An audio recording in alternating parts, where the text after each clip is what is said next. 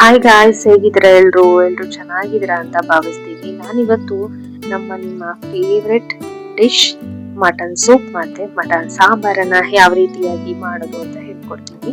ನಾನಿಲ್ಲಿ 3.5 kg mutton ಅನ್ನ ತಗೊಂಡಿದ್ದೀನಿ. ಇದು ನಮ್ಮೂರಲ್ಲೇ ಸಿಕ್ಕಿರುವಂತಹದ್ದು. ತುಂಬಾ ಪ್ಯೂರ್ ಆಗಿರೋ ಮಟನ್ ಸಿಕ್ಕಿದೆ. ಇಲ್ಲಿ ವಾರ ಕಡಿತಿರ್ತಾರೆ, ಆಲ್ಮೋಸ್ಟ್ ಒಂದು ಕಡಿತಾರೆ. ಸೊ ತಗೊಂಡ್ಬಂದಿದ್ವಿ. ಸೊ ನಿಮ್ಗೂ ನಾವು ಯಾವ ರೀತಿಯಾಗಿ ಮಾಡ್ತೀವಿ ನಮ್ಮ ಮನೇಲಿ ಅಂತ ಹೇಳಿ ತೋರಿಸ್ಕೊಡ್ತಾ ಇದ್ದೀನಿ. ಬನ್ನಿ ಯಾವ ರೀತಿಯಾಗಿ ಮಾಡೋದು ಅಂತ ಹೇಳ್ಕೊಡ್ತೀನಿ. ಸ್ವಲ್ಪ ಪೀಸಸ್ ಎಲ್ಲ ಸುಮಾರಷ್ಟು ದೊಡ್ಡದಾಗಿತ್ತು, ಹಾಗಾಗಿ ಸ್ವಲ್ಪ ಕಟ್ ಮಾಡಿ ಇಟ್ಕೊಂಡ್ವಿ ನೀಟಾಗಿ. ಕಟ್ ಮಾಡಿ ಇದನ್ನ ನೀಟಾಗಿ ತೊಳೆದಿಟ್ಕೋಬಹುದು. ಬನ್ನಿ ಮಾಡೋಣ ಸಾಂಬಾರ್ ಯಾವ ರೀತಿಯಾಗಿ ಅಂತ ಹೇಳ್ತೀನಿ. ಹಾಗೆ ಗ್ಯಾಸ್ ಆನ್ ಮಾಡ್ಕೊಂಡು ಒಂದು ಕುಕ್ಕರ್ ಪಾನ್ ಇಟ್ಬಿಡಿ. ಅದಕ್ಕೆ 1 ಸ್ಪೂನ್ ತುಪ್ಪ ಅಥವಾ ಎಣ್ಣೆ, ಓಕೆ ನಡೆಯುತ್ತೆ ಎಣ್ಣೆನು. ಅದಕ್ಕೆ ಹೆಚ್ಚಿ ತೊಳೆದಿಟ್ಕೊಂಡಿರ್ತೀರಲ್ಲ ಮಟನ್, ಅದೆಲ್ಲ ಹಾಕ್ಬೇಕು. ಆ ಎಣ್ಣೆ ಅಥವಾ ತುಪ್ಪದಲ್ಲೇ 5 ನಿಮಿಷ ಅದು ಬೇಯಿಸ್ಕೋಬೇಕು. ಸ್ವಲ್ಪ ನೀರು ಬರ್ತಾ ಇದೆ ಅನ್ನೋ ತರ ಫೀಲ್ ಆಗತ್ತೆ. ಸ್ವಲ್ಪ ಬೇಯ್ತು 3 ನಿಮಿಷ ಬೇಯಿಸ್ಕೊಳ್ಳಿ. ಆ 3 ನಿಮಿಷ ಬೇಯಿಸಿದ ತಕ್ಷಣ ಸ್ವಲ್ಪ ನೀರ್ ತರ ಆಗತ್ತೆ. ಆ ನಂತರ ಅದಕ್ಕೆ ನಾವಿಲ್ಲಿ 3.5 kg ಮಟನ್ ತಗೊಂಡಿರೋದ್ರಿಂದ 1.25 ಲೀಟರ್ ಅಷ್ಟು ನೀರನ್ನ ಹಾಕಿ 4 ವಿಷಲ್ ಹಾಕ್ಸಿ ಓಪನ್ ಮಾಡಿದ್ರೆ ನಮ್ಮ ಬಿಸಿ ಆಗಿ ರೆಡಿ ಆಯ್ತು. ಇವಾಗ ಮಟನ್ ಎಲ್ಲ ಬೇಯ್ದು ಮೇಲೆ ಬಂದಿರುವಂತಹ ನೀರೇನಿದೆಯಲ್ಲ ಅದೇ ಮಟನ್ ಸೂಪ್ ಆಗಿ ಕನ್ವರ್ಟ್ ಆಗುತ್ತೆ. ಸರಿ, ಹಾಗಾದ್ರೆ ಮಟನ್ ಸೂಪ್ ಮಾಡೋಣ.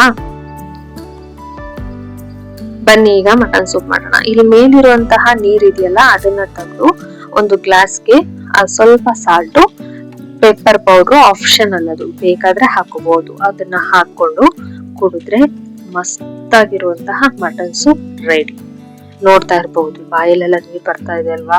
ನಿಜವಾಗ್ಲೂ ತುಂಬಾ ಘಮ ಅಂತ ಇದೆ. ಬನ್ನಿ ಬೇಕಾದ್ರೆ ನೀವು ಒಂದ್ಸತಿ ಮಾಡ್ಕೊಳ್ಳಿ, ಸಖತ್ತಾಗಿರುತ್ತೆ. ಓಕೆ, ಆನಂತರ ಮಟನ್ ಸಾಂಬಾರ್ ಮಾಡೋದನ್ನ ಯಾವ ರೀತಿ ಅಂತ ಹೇಳ್ಕೊಡ್ತೀನಿ. ಬೇಯಿಸಿ ಇಟ್ಕೊಂಡಿರೋದು ಒಂದ್ ಕಡೆ ಎತ್ತಿಟ್ಕೊಳ್ಳೋಣ. ಆನಂತರ 1 ಕಾಯಿ ತಗೊಂಡು ಅದನ್ನ ನೀಟಾಗಿ ತುರಿದು ಇಟ್ಕೊಂಡಿದ್ದೀನಿ. ನೀಟಾಗಿ ತುರಿಯೋದ್ರಿಂದ ಏನಾಗುತ್ತೆ, ಹಾಗೆ ಎತ್ಕೊಂಡ್ರೆ ಅಷ್ಟು ನೀಟಾಗಿ ಗ್ರೈಂಡ್ ಮಾಡಕ್ ಆಗೋದಿಲ್ಲ. ಹಾಗಾಗಿ ಸ್ವಲ್ಪ ತುರಿದಿಟ್ಕೋಬೇಕು. ಆ ನಂತರ 7 ರಿಂದ 8 ಈರುಳ್ಳಿ ತಗೊಂಡು ಈ ತರ ಉದ್ದುದ್ದು ಹಾಕಿ ಹೆಚ್ಚಿಟ್ಕೊಳ್ಳಿ. ತುಂಬಾ ಸ್ವಲ್ಪ ಮಟನ್ ಸಾಂಬಾರ್ ಮಾಡೋಂಥದ್ದು. ಆ ನಂತರ ಇದಕ್ಕೆ ಒಂದೇ ಒಂದು ಟೊಮೊಟೊ ಹಣ್ಣು ಹಾಕ್ಬೇಕು. ಒಂದೇ ಒಂದು, ಜಾಸ್ತಿ ಬೇಡ, ಒಂದೇ ಸಾಕು. ಅದನ್ನ ಚಿತ್ರಾನ್ನಕ್ಕೆ ಅದಕ್ಕೆಲ್ಲ ಹಾಕಿ ಹೆಚ್ಚಿಟ್ಕೊತೀವಲ್ಲ ಆ ತರ ಚಿಕ್ಕದಾಗಿ ಹೆಚ್ಚಿಟ್ಕೊಳ್ಳಿ ಸಾಕು. ತುಂಬಾ ದೊಡ್ಡದಾಗಿರ್ಬಾರ್ದು. ಮತ್ತೆ ಜಾಸ್ತಿ ಟೊಮೊಟೊ ಹಣ್ಣು ಯೂಸ್ ಮಾಡ್ಬಾರ್ದು. ಯಾಕೆ ಅಂತಂದ್ರೆ ಬೇಗ ಹಳಸ್ಬಿಡುತ್ತೆ. ಬೆಳಗ್ಗೆ ಮಾಡಿದ್ರೆ ಮಧ್ಯಾಹ್ನ ಅನ್ನೋದಕ್ಕೆ ಕೆಟ್ಟೋಗ್ಬಿಡುತ್ತೆ. ಅದ್ರಲ್ಲೂ ಈಗ ಸೆಕೆಗಾಲ ಬಂತು ಅಂದ್ರೆ ಅದು ಆಗಲ್ಲ. ಆ ನಂತರ 8 ರಿಂದ 9 ಬೆಳ್ಳುಳ್ಳಿನ ಈ ತರ ಬಿಡಿಸ್ಕೊಂಡು ಇಟ್ಕೊಂಡು ಒಂದಿಷ್ಟು ಶುಂಠಿ ಹಾಕಿ ಅದನ್ನ ಹೆಚ್ಚಿ ಒಂದ್ ಕಡೆ ಎತ್ತಿಟ್ಕೊಳ್ಳಿ. 12-13 ಲವಂಗ, 3 ಏಲಕ್ಕಿ, ಮತ್ತೆ 1 ತೋರ್ಬೆರಳಷ್ಟು, 3 ತೋರ್ಬೆರಳಷ್ಟು ಚಕ್ಕೆ, ಮತ್ತೆ 5 ರಿಂದ 6 ಸ್ಪೂನ್ ಅಷ್ಟು ಬರೀ ಕೊತ್ತಂಬರಿ ಪೌಡರ್ ತಗೋಬೇಕು. ಬೇರೆ ಸಾಂಬಾರ್ ಪುಡಿ ಅದೆಲ್ಲ ತಗೋಬೇಡಿ. ಬರೀ 6 ಸ್ಪೂನ್ ಅಷ್ಟು ಕೊತ್ತಂಬರಿ ಪುಡಿ ತಗೊಂಡು ನಿಮ್ಗೆ ಖಾರಕ್ಕೆ ಅನುಗುಣವಾಗಿ ಖಾರ ಪುಡಿಯನ್ನು ಹಾಕೊಳ್ಳಿ. ನಮ್ದು ತುಂಬಾ ಖಾರ ಇತ್ತು, ಹಾಗಾಗಿ 1 ಸ್ಪೂನ್ ಹಾಕೊಂಡಿದೀವಿ. ಆನಂತರ ಚಕ್ಕೆ, ಲವಂಗ ಮತ್ತೆ ಏಲಕ್ಕಿ ಇರುತ್ತಲ್ಲ ಅದಿಷ್ಟನ್ನು ಹಾಗೆ ಡ್ರೈ ಆಗಿ ಫ್ರೈ ಮಾಡ್ಕೋಬೇಕು. ಸ್ವಲ್ಪ ಹಾಗೆ ಬೆಚ್ಚಗೆ ಮಾಡ್ಕೊಳೋದು ಅಂತೀವಲ್ಲ ಆ ರೀತಿಯಾಗಿ. ಎಣ್ಣೆ ಏನು ಹಾಕ್ಬೇಡಿ, ಹಾಗೆ ಡ್ರೈ ಆಗಿ ಫ್ರೈ ಮಾಡ್ಕೊಂಡು ಒಂದತ್ರ ಎತ್ತಿಟ್ಕೊಳ್ಳಿ.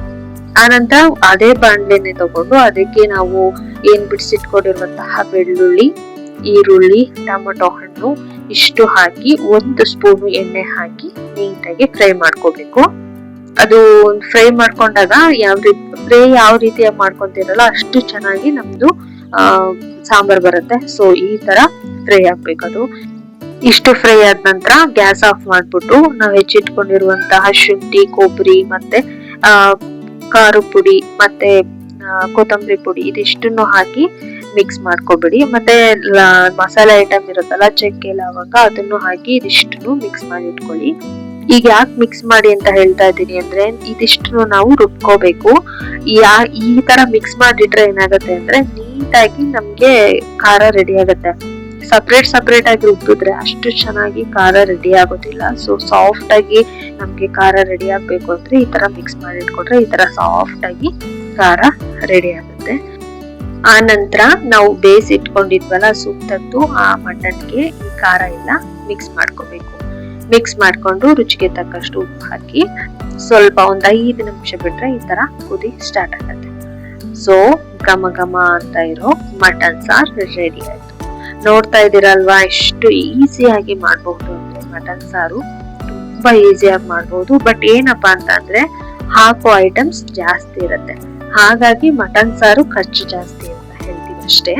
ಅದು ಬಿಟ್ರೆ ಟೇಸ್ಟ್ ಮಾತ್ರ ಸೂಪರ್ ಡೂಪರ್. ಅಂಡ್ ದೆನ್ ತುಂಬಾ ಒಳ್ಳೇದು ಮಟನ್ನು, ಹಾಗಂತ ಹೇಳಿ ಜಾಸ್ತಿ ತಿನ್ಬಾರ್ದು. ಒಂದ್ ತಿಂಗಳಿಗೆ ಒಂದ್ಸಲ ತಿಂದ್ರೆ ಮಟನ್ ಅಲ್ಲಿ ಎಷ್ಟು ಕೊಬ್ಬಿರುತ್ತಲ್ವಾ, ಅಷ್ಟು ಕೊಬ್ಬು ನಮ್ಮ ದೇಹದಲ್ಲಿರೋ ಕೊಬ್ಬಿನಂಶವನ್ನ ಕೂಡ ಕರಗಿಸುತ್ತೆ.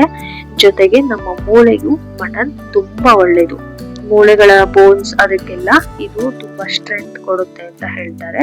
ಹಾಗಾಗಿ ಸಿಕ್ಕೋರು ತಿನ್ನೋರು ಚೆನ್ನಾಗಿ ತಿನ್ಕೋಬಿಡಿ. ತಿನ್ನೋ ವಯಸ್ಸಲ್ಲಿ ಹಲ್ಲೆಲ್ಲ ಹೋದ್ಮೇಲೆ ತಿನ್ನೋಕೆಲ್ಲ ಆಗಲ್ಲ. ಸೊ ಇವಾಗ ಚೆನ್ನಾಗಿ ತಿನ್ಕೋಬಿಡಿ ಅಂತ ಹೇಳ್ತೀನಿ.